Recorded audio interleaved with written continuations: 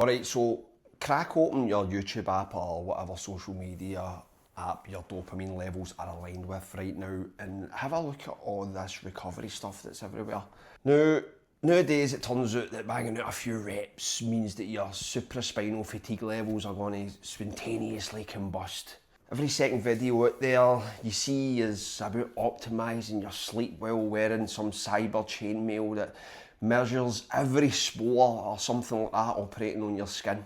You get folk doing cold plunges into old distillery barrels that look like they've been carved by a famed cooper for the Scottish Highlands. You get deload weeks where you only do animal flow movements under the light of a lunar moon. And you're just avoiding fatigue at all costs. Now listen lads, under-recovering is real. A car cannot go full throttle for the whole journey. Because we know what will happen, man. The heat gasket will blow and you'll be off-road.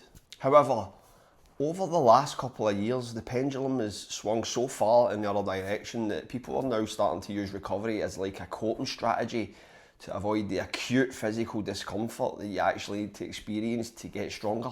They're essentially avoiding the darkness. Here's my earth-shattering take on the whole situation, troops. Your body doesn't adapt to rest. Your body adapts to stress. It adapts to the stress placed upon it. Rest's just the window where all the repairing stuff sort of takes place, otherwise known as a good night's sleep, for example.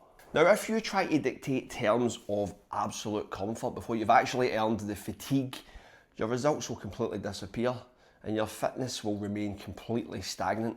I mean, we are now at the point, right, where older bros are letting techwear dictate their physical output for the day. These guys are like waking up in the morning, firing up the Apple Watch, having a wee look and seeing that it's in the amber or red zone, and next thing you know you're telling your missus that you can't train the day because you're awfully tired and stuff. A smartwatch has basically kiboshed your workout, man. Before you've even wiped the crust out of your eyes. There's guys out there, I'm telling you, you'll find them, and they're telling us that 4 1-hour workouts a week will build up an intolerable degree of systemic fatigue that might cause your pancreas to completely incinerate. But when we actually think about it, let's be honest, overtraining is what happens to elite endurance athletes cramming in 40 plus hours of volume a week. You're not going to overtrain doing what basically amounts to beauty therapy at a commercial gym. What most of us older bros are dealing with is the steady accumulation of life stresses, like work deadlines, bad sleep, kids waking up at 5 in the morning for a month solid. Mental fatigue just quietly humming away in the background, draining your mental faculties of any raw power that they once had. That mental lethargy feels like physical exhaustion, but it's no. You end up losing all momentum and every single workout feels like you're starting from scratch. Novice purgatory. Because if you're sitting around waiting until you feel like 100% fresh, zippity-doo-dah, motivated and fully recovered before you step onto the gym floor, you're probably going to fit in about 2 sessions a month. However, adaptation is like construction work in that sense. It's dirty and it's uncomfortable. And the sequence is simple. Disrupt it first and then repair second. You're never going to recover your way into a bigger back or a stronger heart if the stimulus doesn't exist in the first place. I mean, your most fertile periods of progress over a 20-year training journey aren't created when you're feeling like plucky and ready to take on the world. They happen when you show up running at about 75 or 80%.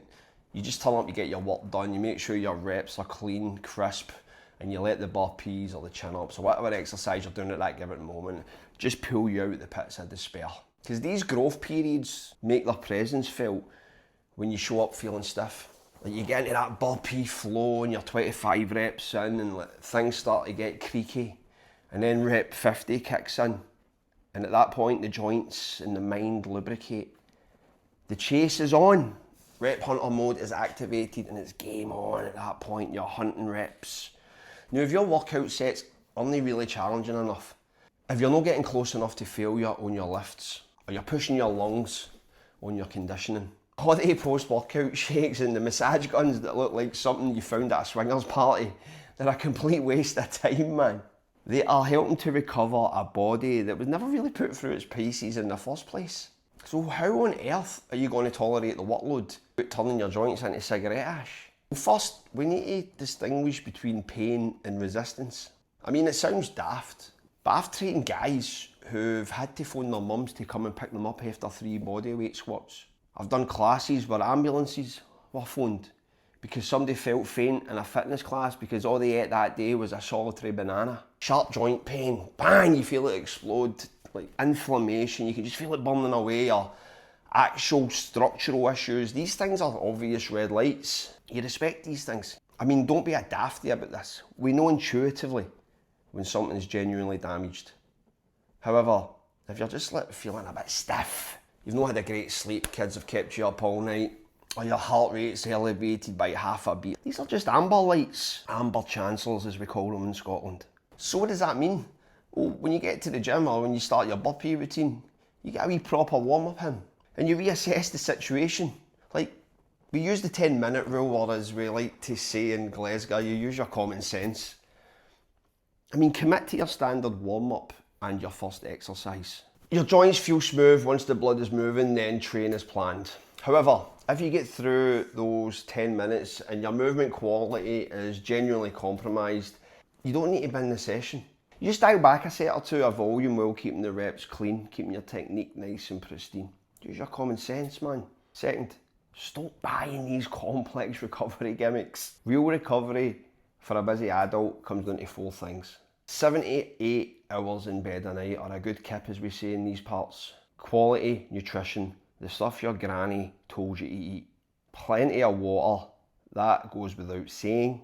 And daily movement, because remember, water becomes dirty when it's still. We're always supposed to be moving.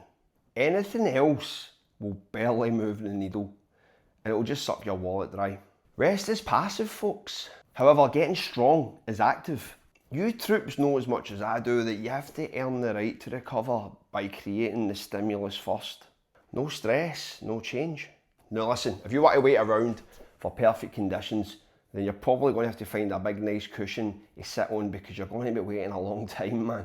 Step into the darkness, troops. Thanks for staying strong, and thanks for staying conditioned.